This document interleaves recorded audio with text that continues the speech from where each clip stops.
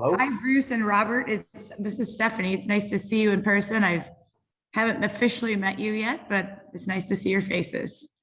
You too. Hey, nice to see you. Yes, I think we just get started. I don't know if we're supposed to wait for anybody else. I think we're the people that they're waiting for. Oh, you can jump in, huh? Right? So let me try to do you both justice and introduce you. If there's any oversights, please feel free to highlight. I also am a speaker, so I know that you can have some pretty long bios. You guys have both I've looked at your bios. I think you're both pretty impressive, but let me share with everybody that's attending here. I'll introduce myself after, but let me welcome you to this breakout session. Thank you for joining us. Helping schools respond to student vaping in 2022. As you've heard all morning, this is a really big issue. So I know we've got two speakers, Bruce Barcelo, Director of Implementation for Solder Technologies, also Senior Program Coordinator at Montgomery County Alcohol, Drug Addiction, and Mental Health Services. Looks like, Bruce, you're a retired teacher, coach, and principal, so you're very involved with the youth, it seems. You've been a chairperson of Tobacco Free Ohio Alliance, current chair-elect, presents nationally and locally on tobacco and health topics. Much respect, I do the same. Bruce has helped local universities, public schools, and parks become 100% tobacco free. He's a recipient of many awards, so let's go over some of them. Recipient of the Ohio Society for Public Health's Outstanding Contributions to Health Education Award. I see you're also a recipient of Healthcare Professional of the Year, Ohio Community Advocacy Award, and Outstanding Contributions to Health and Education Award. But I think the biggest thing, he's also a PAVE volunteer like all of us. Let me also welcome Robert. I hope I'm saying Ostby correct. Robert Ostby, is that right? You got it. Very impressed. I show you mine. I would love for you guys to guess mine. But Robert is the statewide policy coordinator for Florida Department of Health's Bureau of Tobacco-Free Florida, TFF. I work with tobacco-free kids as well. So it's just, again, nice to see all the work you guys are doing. Robert serves as a statewide policy coordinator with TFF. He manages TFF's school-focused policy initiatives. And under his leadership, it looks like TFF's community-based providers are gaining traction in the effort to establish comprehensive tobacco-free school policies across the state, which I know we'll hear more about. Robert also provides training, strategic direction, and technical support for TFF's community-based tobacco prevention programs statewide.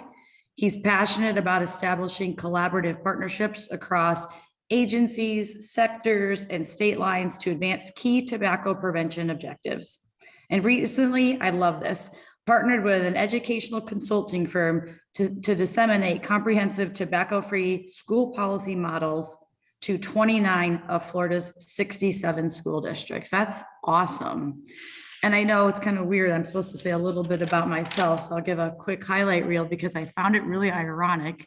One part, in my 20-year career here in Arizona, I've worked in drug prevention in general. I started out doing tobacco education 20 plus years ago. And I always tell people, I used to say, there's no such thing as liquid nicotine 20 plus years ago because of how dangerous it would be. And look where we are today, right? It's the #1 seller. I too, like you guys, collaborate with various agencies, the FBI, the DEA. I'm actually in a room right now at a conference for the Arizona Crime Prevention Association. I'll be speaking in an hour plus about some of the same issues here.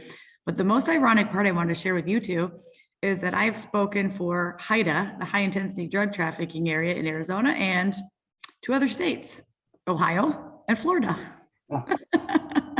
I thought that was very interesting that I was working with you. So we were meant to be. I am going to pass the baton. I think, Bruce, are you going to start, or Robert, who wants to go first? Bruce? Yeah, I think I do. Thank you. Charlie's getting those together. And while Charlie is getting those up, let me say on behalf of Solder Technology, it is an honor and a privilege to be presenting at Clear the Vapor Conference. Next slide. Yeah. So I remember my first conversation with Solder CEO and founder Derek Peterson. He shared with me the origin of the name solder. It comes from Greek mythology. Solder is the personification of safety, of keeping from harm, of deliverance. And you can see that in our mission. It's what we do every day through technology, safety, and prevention.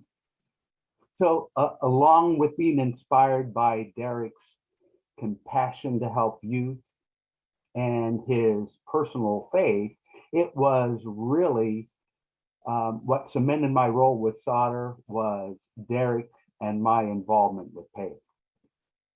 And Meredith will remember this, having conversations, and actually Meredith and Darian have a wonderful podcast, Big Tobacco Mess with the Wrong Mom. And in episode 13, they interviewed Derek and about how solder is helping schools around the world. So check that out. Next slide. So if you were to look at, and just in the last session, they were talking about vaping and schools. It was really hard to get a pulse on the vaping issues during COVID. It was next to almost impossible. But as soon as students came back to the classrooms this past fall, I started getting calls all around the country from administrators, teachers, then talking to students all around the country, and it was obvious vaping was back with vengeance. And it's been that way all year in having those conversations. I'll just mention one, had a conversation with a principal just a few weeks ago.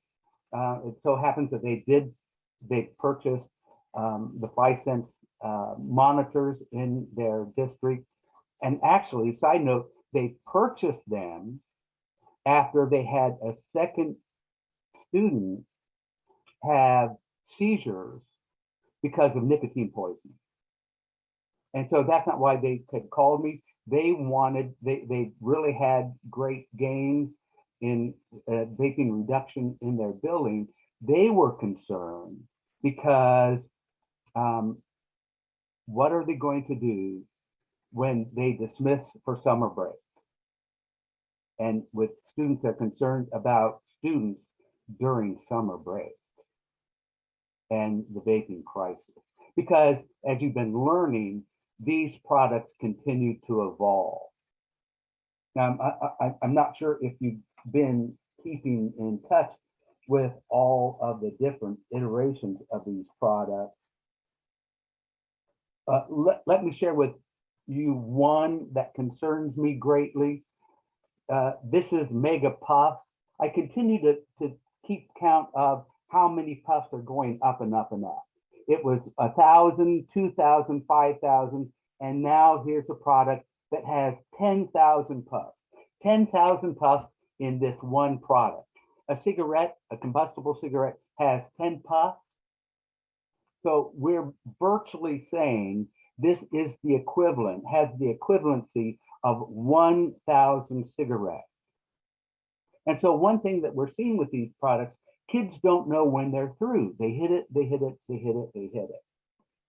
So kids, unlike adults, they are sleeping with these underneath their pillows, one for convenience, but because the nicotine addiction is so high that they need to take a hit at night. We've never dealt with a product like these before. So it's just devastating. Then certainly we can't leave out that last bullet point about bullying, because that's a tremendous problem in all of our school districts. 1 out of 5 students report being bullied, and 41% are concerned that they'll be bullied again. So that's a tremendous problem in all of our school districts. Next slide. So we have colliding crisis going on. It's the youth mental health crisis and nicotine use going on. Both intensified during COVID. Pew Research pre-COVID identified that 75% of our youth identified that stress, anxiety, and depression was a major issue, 75%. Post-pandemic, research tells us that those rates have doubled. So we have a mental health crisis going on. New studies are showing that there is a link between vaping, worsening symptoms of anxiety and depression. Vaping worsening anxiety and depression. Not surprising, because we know anxiety is what? It's part of the withdrawal cycle with nicotine. So that's no surprise to anyone. Now look at the second point on this slide, that 81% of youth using e-cigarettes started vaping to decrease stress, anxiety, and depression. So we've got an impossible situation. We have a mental health youth crisis post-COVID, with students having increased anxiety and depression.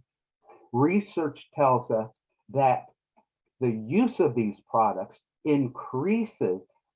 potentially increases anxiety and depression, and you turning to these products because they are wrong in thinking that it may decrease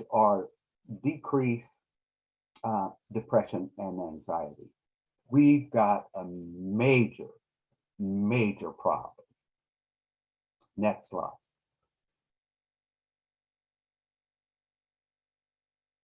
Social media influence. We know how important that is, how devastating that is. TikTok is a major player right now in advertisements from the major players, in youth postings, selling, all these different things. One of my favorites is a TikTok where the seller puts their vape device in a pair of flamingo slippers, and you purchase the slippers your parents will never know. That's not what I want to talk about. I want to share just two results from a journal article. I'm recovering from COVID, so I've been doing a lot of reading.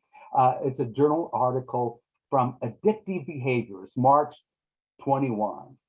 It's the article, Social Media and E-Cigarettes Among US Youth. Here are the two findings I wanted to share with you today. That high social media use led to high e-cigarette exposure, which led to a low risk perception. High social media use led to high e-cigarette ad exposure, which led to a low perception of risk. Now, where does that ultimately lead to? Their last finding. High social media use predicted the high chance of e-cigarette use at a later time. When youth use a high amount of social media, there's a direct high chance of e-cigarette use at a later time. Now, as a Gampy to 4 grandchildren that use digital media way too much, I'm greatly concerned by that piece of research. That's a real concern. Next slide. So, what are some things that Sauder can do to help and schools can do to help? Well, my role is to be there to help schools through this process, because we know that substance violations often leads to suspensions, which include then student absenteeism without addressing the root cause. Students who smoke or vape need to stay connected to the school and access so these support schools for long-term academic success. So that's what I do. I work with schools, work with administration, with teachers, in services, webinars. You can see that this summer in July, I'll be presenting at the American School Health Association's conference. My abstract was Annulus horribilis, another horrible year of commercial tobacco use in schools. So I'll be doing multiple conferences all through the summer. So I'm more than willing to work with school districts around this topic, and topics that they are specific to their school needs, or like in Georgia, brainstorming whatever their district needs are. Next slide. Solder has developed a package of no vape package that has posters, PowerPoint templates, bracelets, a game, brochures that are great for your teachers and staff to use. Next slide. We have books for your students and for your teaching staff that will help in using a path for curriculum, and just a great help in your schools, in your no vape campaign. Next slide. And the star of the show, the main deterrent, is the fly stem. It is trademarked, patented with additional patents pending. It's the foundation of detection. It senses vaping, smoking, also, very importantly, noise disturbances, fighting, verbal confrontations. And as it picks up those detections, there's instant notifications, alerts sent by SIMs or emails to the designated staff that the school has identified that should get those notifications. Those notifications can be sent through mobile access as well, so that it can be set up to monitor those alerts. I've heard from schools that are working to deal with their vaping issues by taking the doors off the bathroom, taking the doors off the bathroom stalls. Students that don't vape hate to use the bathrooms. They get harassed when they go to the bathroom because they're afraid that they're going to snitch on them. In some schools, it's a horrible, horrible situation. This is a great deterrent. Next slide. Solder has partnered with SwabTech to provide schools with the ability to test for fentanyl and cannabinoids, cannabis. The test kits are user-friendly and ready to use at a moment's notice. The tests don't contain any hazardous chemicals, and there's no glass components, and are environmental friendly. As you look at the cards, the use cards, the swabs, the steps are very easy to follow, very user-friendly, and results are swift. I don't think I need to explain to you why Solder has partnered with SwabTech and why schools have asked for this partnership and are thrilled to have this ability to test quickly and on the spot. So this is a great partnership to have. Next slide. Now, I know I only have 15 minutes and I hate to do this. We have an unsolicited testimonial from Sean Crouch from Warsaw, Missouri. He sent this in, again, unsolicited, on what the FlySense monitors have done for their school system. It's beautiful. It's a little over 4 minutes, and I've taken most of our 15 minutes just sharing information about schools, and I want to share a little bit more. But you'll have the complete slides, and you'll be able to play his testimonial. I dearly love it. I hate to cut it, but for time's sake, and I don't want to cut into Florida's presentation, but please, please watch Sean. It's a beautiful testimony. And we hear it time and time again from schools that use solder technology. It makes a difference. It really does. So we appreciate his unsolicited testimony. Next slide.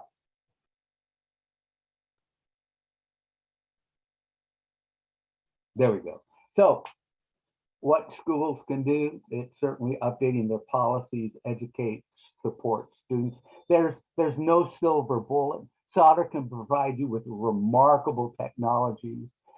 Many schools report that it provides an 80% drop in vape use, as well as educational support. But a key takeaway, if you're going to walk away with anything, walk away with this. Focus on alternatives to suspension. It will have a triple benefit of student academic achievement, of improving health, and decreasing inequity. And the last slide. Thank you. Together we can create healthier environments. Thank you so much for your time. We'll have time for questions in just a little bit. Thank you so much for that. I have tons of questions, and we've got a lot that came in on the chat, but because of time, let's quickly turn it over to Robert. You've got your full time, and we will field questions from everybody at the end for both Robert and Bruce. Take it away, Robert. Great. I'm going to go ahead and share my screen. Okay. Can everybody see that? Okay, so well, thank you so much. I'm also very excited to be here today to speak with you about what we're doing in Florida to address tobacco use in schools.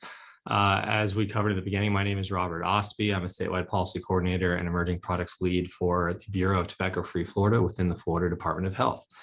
So to get started, I'm going to very briefly cover our program. We are a tobacco prevention program that's based around the CDC best practices for comprehensive tobacco control programs, which means that we have 5 primary program components: administration, cessation, health communications or media, state and community interventions, and surveillance and evaluation. And of course, today we're speaking through the lens of state and community interventions because we're talking directly about what we're doing in the community to address school tobacco policies. Now, within this component, we have statewide staff just like me who kind of coordinate efforts generally, but there's also 67 different county tobacco prevention programs that are always working on community-based interventions. Much like the structure, the goals of Tobacco-Free Florida shown here are also aligned with CDC best practices. Those are to prevent the initiation of tobacco use among Florida's youth and young adults, eliminate exposure of Floridians to secondhand smoke, and of course, electronic vapor product exposure, promote quitting among Florida's adults and youth, and strengthen infrastructure of tobacco-free Florida statewide through increased strategic partnerships and outreach. So now we're going to get into what we're actually doing statewide to address tobacco in schools. I'm going to start with the background. Now, this is probably not going to be surprising or new information for about anybody here, but this is kind of how we're rationalizing the work that we're doing. As we know, the school environment is critical to youth development. Youth spend more time here than almost anywhere else, and that amounts to about 1/3 of their waking hours. And that's before you even consider things like school-based extracurricular activities. The school setting is also where many students experience peer pressure to experiment with tobacco. And if we can reduce the presence of tobacco in the school environment, we're going to be able to effectively curb youth tobacco use. Not surprising to anyone here that young people are highly susceptible to the effects of nicotine. And of course, we are still dealing with a nationwide e-cigarette epidemic among youth. And even though our numbers, at least in Florida, are not necessarily as high as they were in 2018, they're still at unacceptably high levels, and it's definitely worth doing something about it. And tobacco-free schools is one of those top strategies. Now, exclusionary discipline, please forgive the jargon here. What I'm really referring to is what Bruce was talking about. So we're talking about things like suspension and expulsion for students who violate school policies. This is unfortunately a primary feature of school disciplinary practices throughout the country. And despite its widespread use, there's a massive body of research documenting both the ineffectiveness of exclusionary discipline in reducing undesired behaviors and also its association to additional negative repercussions for the students who receive it. For tobacco-related infractions, it's important to consider the likelihood of nicotine addiction and to recognize that punitive consequences such as out-of-school suspension are just not likely to address the underlying problem. And I do want to pause here very quickly just to point out for more on positive alternatives to exclusionary discipline or suspension, please tune in to tomorrow morning's main session. It's going to be called Beyond Punishment, Alternatives to Suspension and Restorative Approaches to School Policy. This is at 10:20. I'm going to have to figure out how to get out of a staff meeting to attend this, but it sounds fascinating and something that I think can definitely benefit what we're trying to do here. So anyway, getting back into it. So there's no doubt that of all the positive policy changes we're working toward in schools, this is going to be one of the most challenging to accomplish because things like enforcement are often pretty deeply entrenched in cultural aspects and how school districts manage themselves. Now, we've done this work before, actually. Tobacco-Free Florida has been working on tobacco-free schools since the program was fully funded in 2008. By 2015, we had made so much progress, as you can see on the map here, that the majority of school districts, 47 out of 67 at the time, had what we considered to be a comprehensive tobacco-free school policy. Now, we used a different model at that time. And as a result, we discontinued this as a policy area, moving forward. So it's been since 2015 that we've actually done really any meaningful work with schools in our state. Needless to say, a lot has happened since 2015. A youth vaping epidemic took off, resulting in youth tobacco use rates in Florida that we hadn't seen since the early 2000s. School districts revised their tobacco-free policies and they tightened punitive enforcement measures to cope with that epidemic. And we also had new evidence-based recommendations come out, specifically from the Public Health Law Center and American Heart Association, which improved upon original policy models, including the one that we had been working with in Florida, and also introduced new measures and strategies for strengthening tobacco-free school policies. So in summary, many tobacco-free school policies have changed over the last several years in response to the vaping epidemic.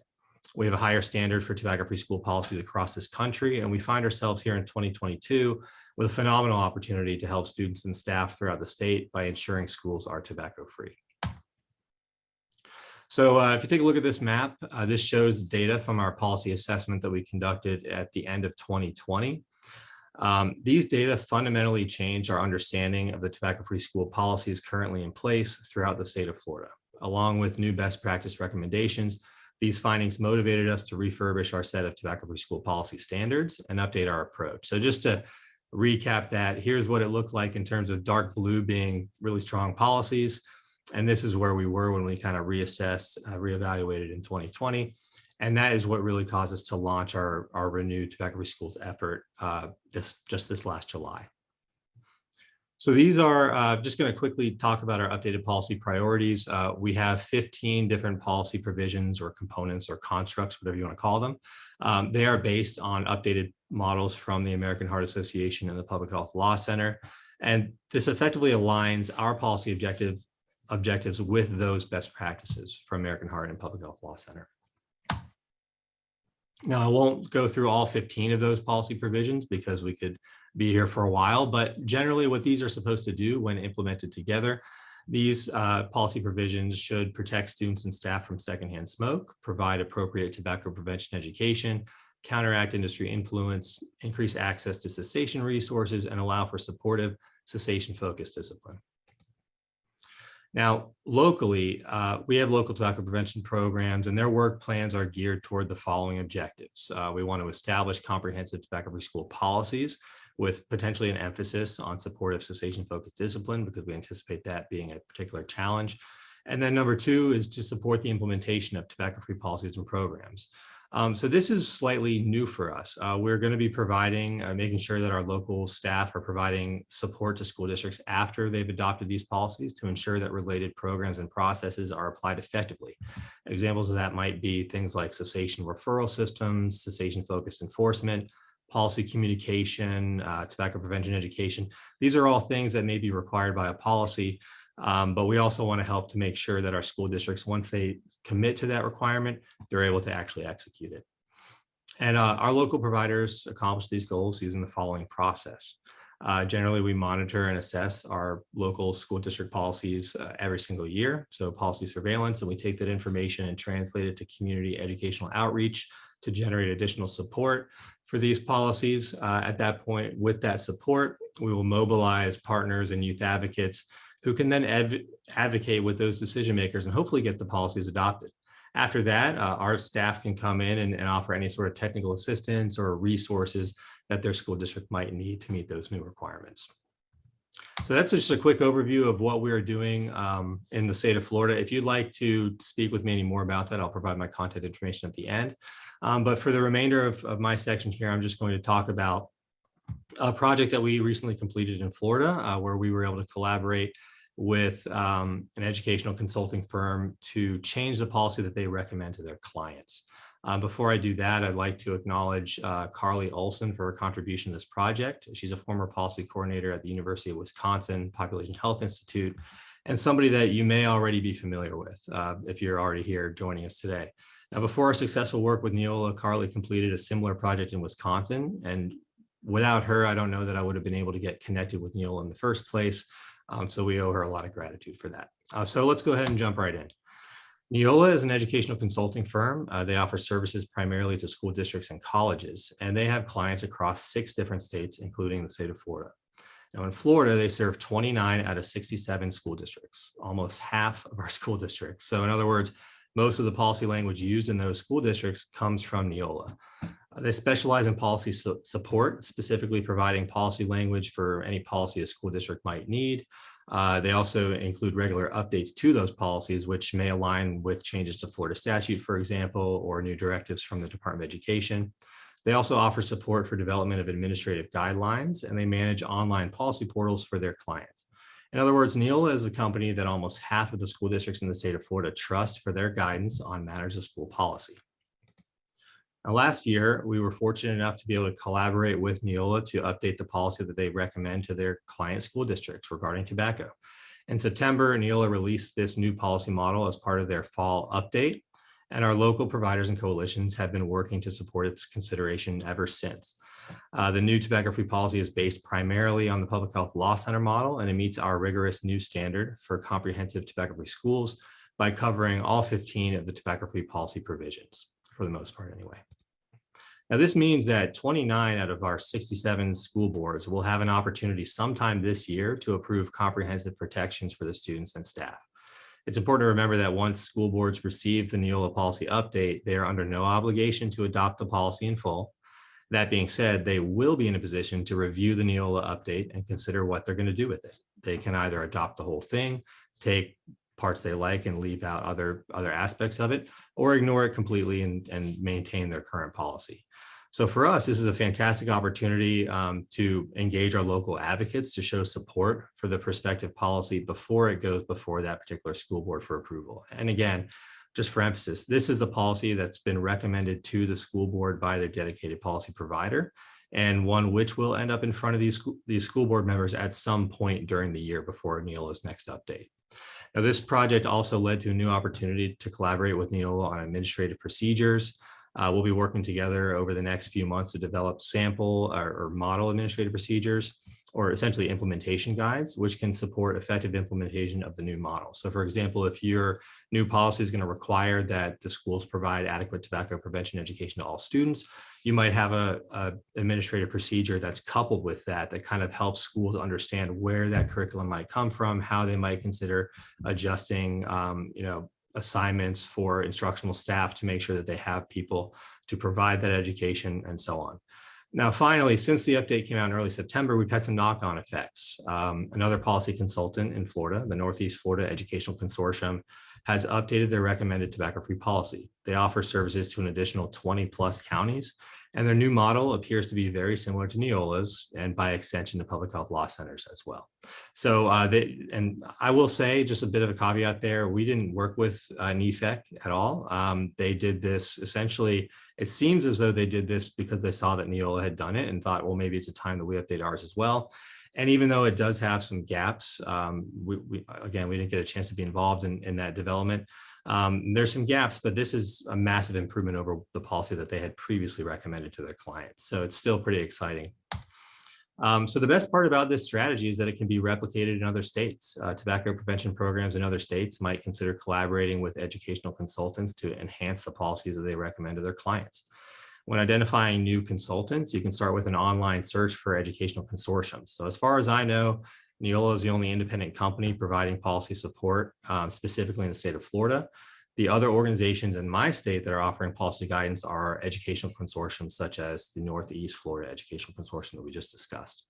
So if your program is already, or another tip here too, is that if your program is already surveilling school district policies, you may want to keep an eye out for identifying characteristics of sample policy language. So in Florida, any policy that came from NEOLA is identified by the NEOLA copyright that you'll find right on the bottom of that policy draft.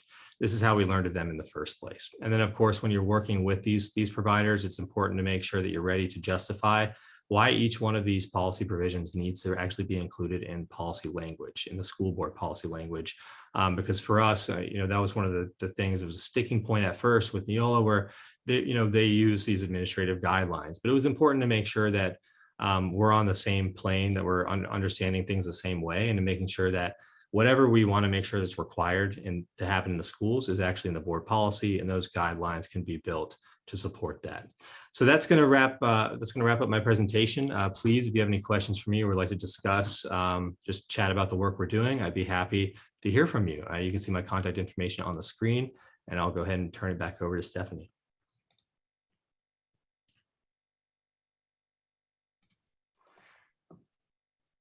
Okay, sorry, it takes a second to unmute and connect. There have definitely been a lot of questions that came in, and I'm glad that we have time to answer them. So I'm going to try to go back and forth between the two of you guys.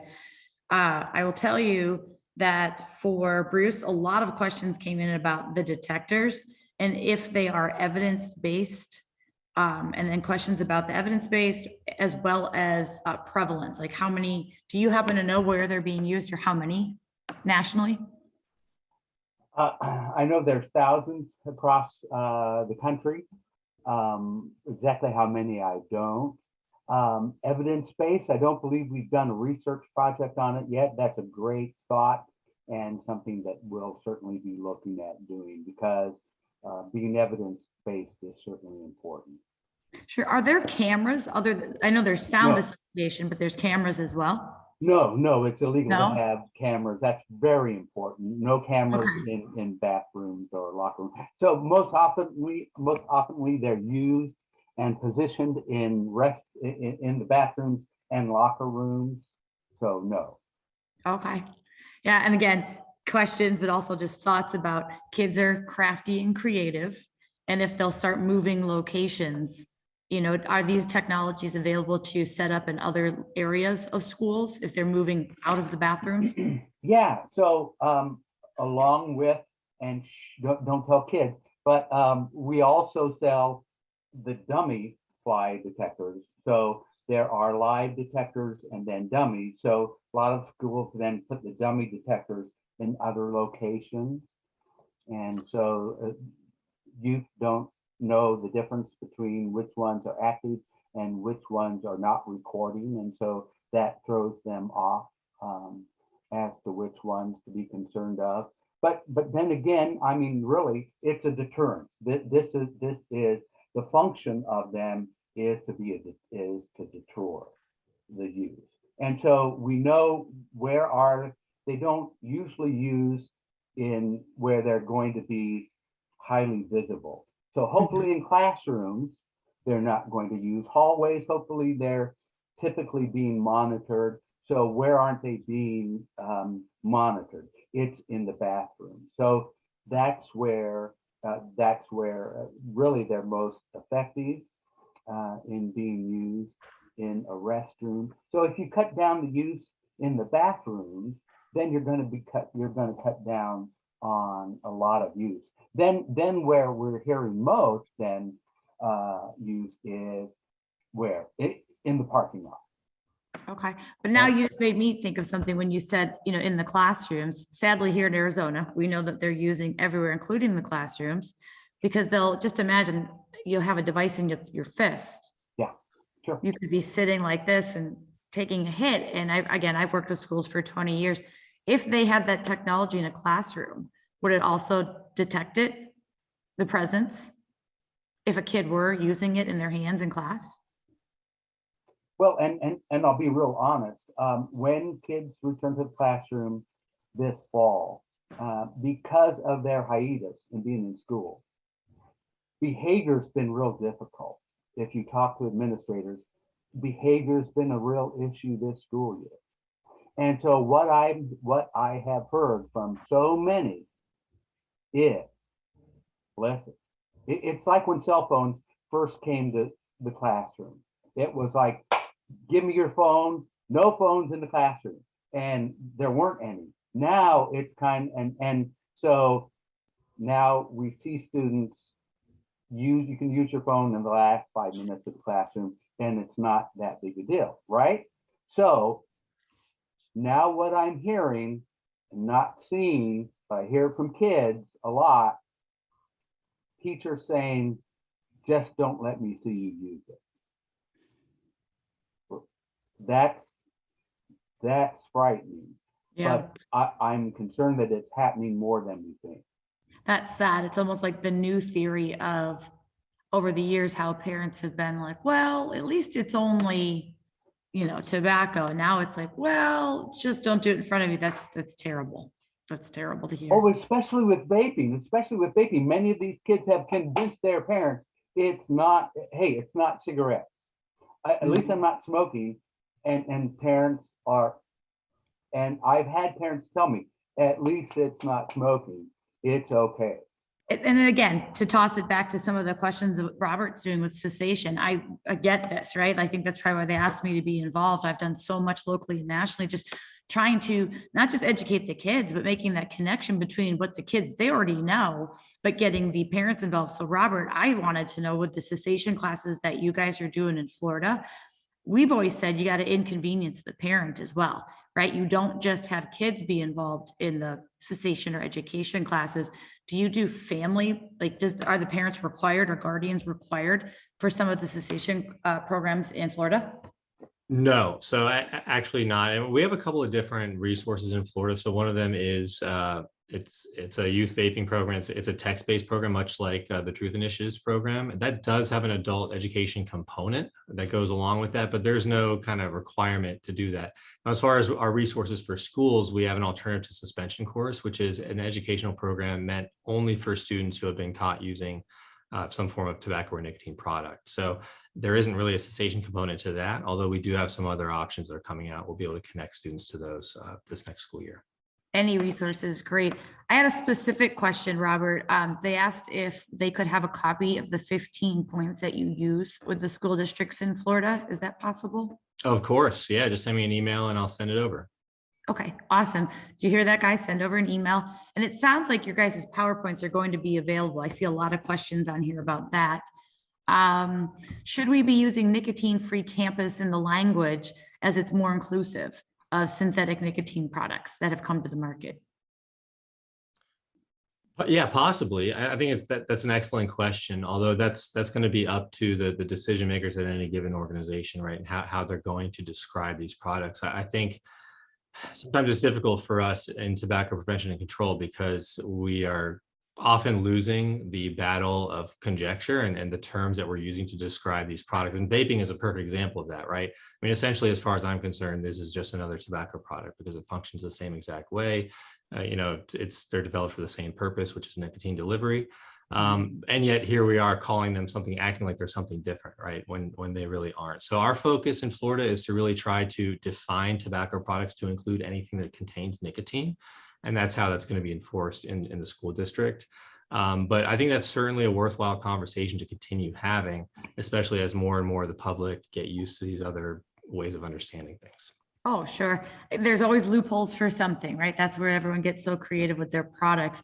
So that said, I know we only have about like 30 seconds here, but I do want to kind of combine a few quick questions. Going back to Bruce, people asked if the detectors are tamper proof and if you ever have false alarms occur with license. Yeah, there will be a signal, an alarm if a student started to tamper with it. So that a signal would go off to administrators if one of those little boogers started to mess with it. So yeah, that would happen. So that's great. And then so a device goes through multiple signatures for a spray. We know middle schoolers use a spray and all the other fragrances. So yes, more than not, it will detect all those different fragrances, but maybe every once in a while there may be one that is a false fragrance, but that does not happen very often. Okay. I will tell you guys, first of all, thank you. Just personally, I want to thank you guys. I do everything I can to protect youth also. And I'm just as passionate, and it's just neat to hear the collaboration, what's happening all around the country. You have both been asked multiple questions. So if you're willing, we're going into another break, but if the two of you are willing to do some Q&A in the chat and maybe respond to some of the people by typing it in, that would be great. I don't want anyone to feel excluded. But there's a lot of interest in everything that you guys were sharing. And I look forward to connecting with you again. Maybe I'll see you when I visit. But thank you so much for all of your knowledge and expertise at our conference today. Thanks for having us.